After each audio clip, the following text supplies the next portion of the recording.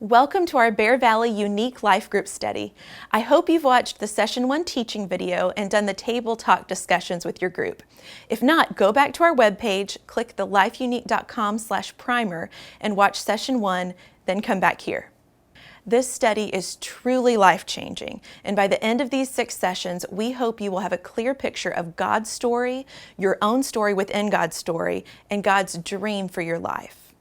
Today, we are going to focus on God's story. Turn to page 10 in your primer to look at tool number 1, Hinge Moments.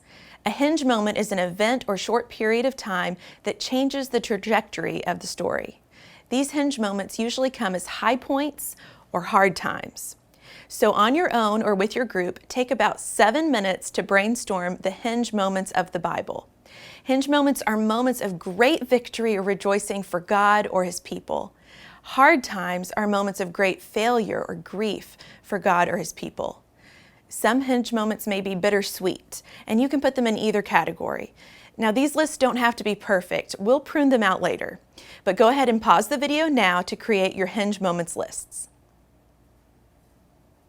Now that you have your list of 20 hinge moments, circle what you think are the top 10 most important hinge moments between your two lists.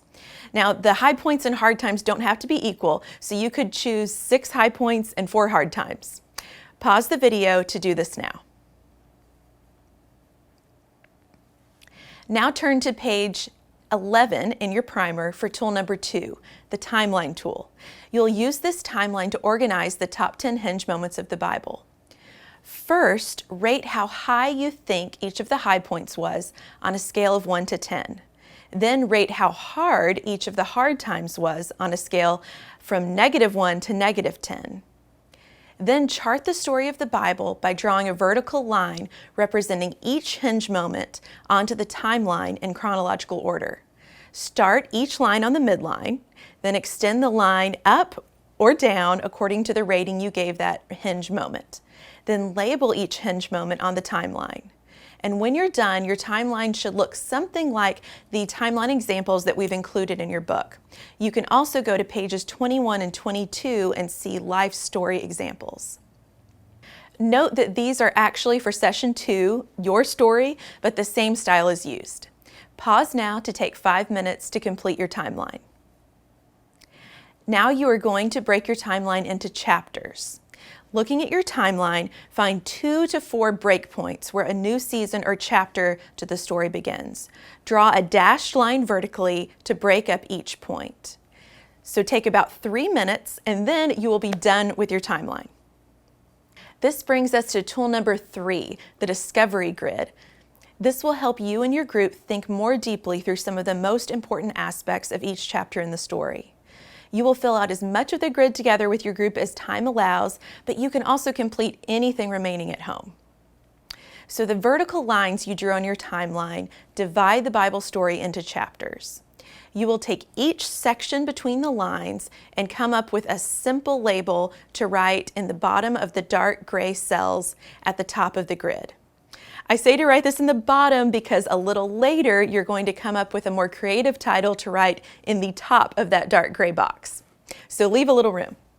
So your label can include a major event or a person that comes at the beginning or the end of that period. For example, your labels could be creation to Abraham, Moses to David, and Jesus to the church. You may have 3, 4, or 5 columns, depending on how you divided your timeline. So pause now and take 5 minutes to do this. Now we will fill out the rows. In the heritage row, list in each box 2 truths the people of God learned or lies they were tempted to believe during each chapter. In the high points row, list 3 high points that happened during each chapter, and you can include events that didn't even make your top 10 list. In the hard times row, list 3 hard times that happened during each chapter. And once again, you can include other events that you didn't write down earlier. In the hand of God row, list 2 times when God revealed Himself to His people in some extraordinary way during each chapter. And finally, in the heroes row, list 4 Bible characters who lived in a heroic way during each chapter. So if you're in a group, this is good news because maybe you each have different points of knowledge. So share with your group and you can complete this at home, but you can pause the video now.